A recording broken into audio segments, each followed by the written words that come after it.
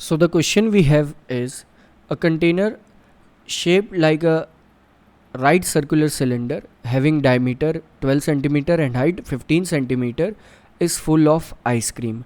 यानी कि ये जो हमने एक कंटेनर बनाया हुआ है सिलेंड्रिकल शेप में, इसकी हमें डायमीटर गिवन है, यानी कि हम लिख सकते हैं कि radius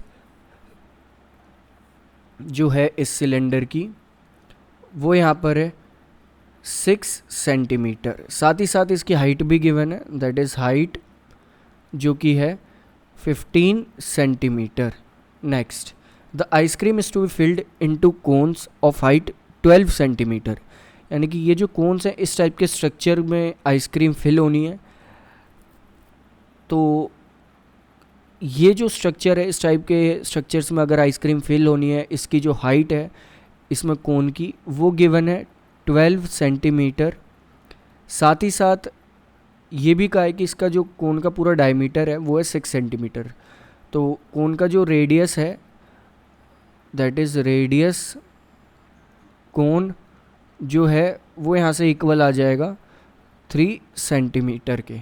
next, having hemispherical top, तो हेमिस्फेयर का भी रेडियस सेम ही होगा। Next, find the number of cones such cones can be filled with ice cream.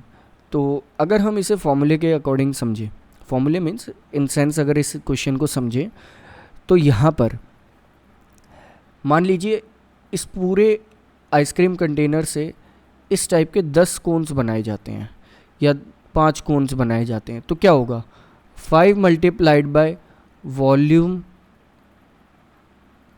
Of structure जो होगा वो इक्वल आना चाहिए यहाँ के किसके, वॉल्यूम ऑफ कंटेनर के, क्योंकि कंटेनर की वॉल्यूम भी सेम होनी चाहिए इसकी वॉल्यूम के।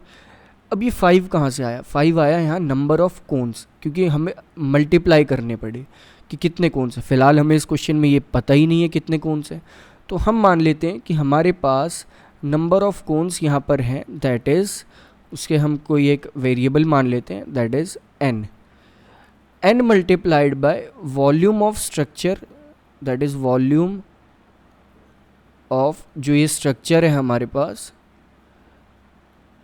ये इक्वल होना चाहिए, दैट इज़ वॉल्यूम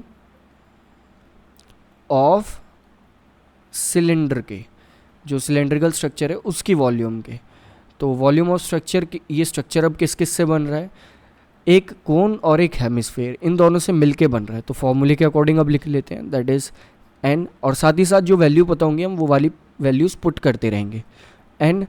तो पहले बात करते हैं कोन की वॉल्यूम, वो होती है 1/3 पाई r स्क्वायर, कोन का रेडियस हमें पता है दैट इज़ 3 का स्क्वायर मल्टीप्लाइड बाय h, कोन की हाइट हमें पता है दैट इज़ 12 प्लस, क्योंकि यहीं हम प्लस करेंगे किसे हम प्लस करेंगे, दैट इज़ हेमिस्फेयर का वॉल्यूम। हेमिस्फेयर का वॉल्यूम क्या होता है 2/3 पाई r क्यूब, r यानी कि रेडियस यहाँ पर इसका भी सेम है दैट इज़ 3 का cube equal volume of cylinder.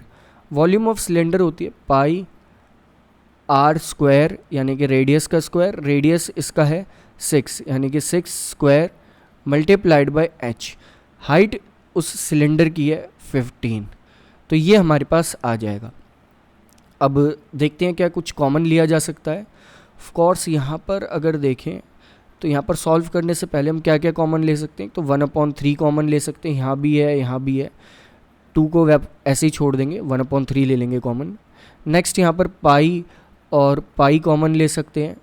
Next 3 का स्क्वायर कॉमन ले सकते हैं यहाँ से, तो ये आ जाएगा n multiplied by 1/3 pi multiplied by 3 का स्क्वायर, और ये मल्टीप्लिकेशन हो रही है किस में 12 प्लस 2 हमने कॉमन नहीं लिया, 2 मल्टीप्लाइड बाय 3, ये इक्वल आना चाहिए that is pi multiplied by 6 का स्क्वायर मल्टीप्लाइड बाय 15। अब देखते हैं यहाँ पर कुछ कट हो सकता है क्या, लाइक पाई से यहाँ पाई कट हो जाएगा, इसके बाद यहीं पर एक 3 से एक 3 कट हो जाएगा, तो 3 का स्क्वायर था तो 3 ही बच जाएगा।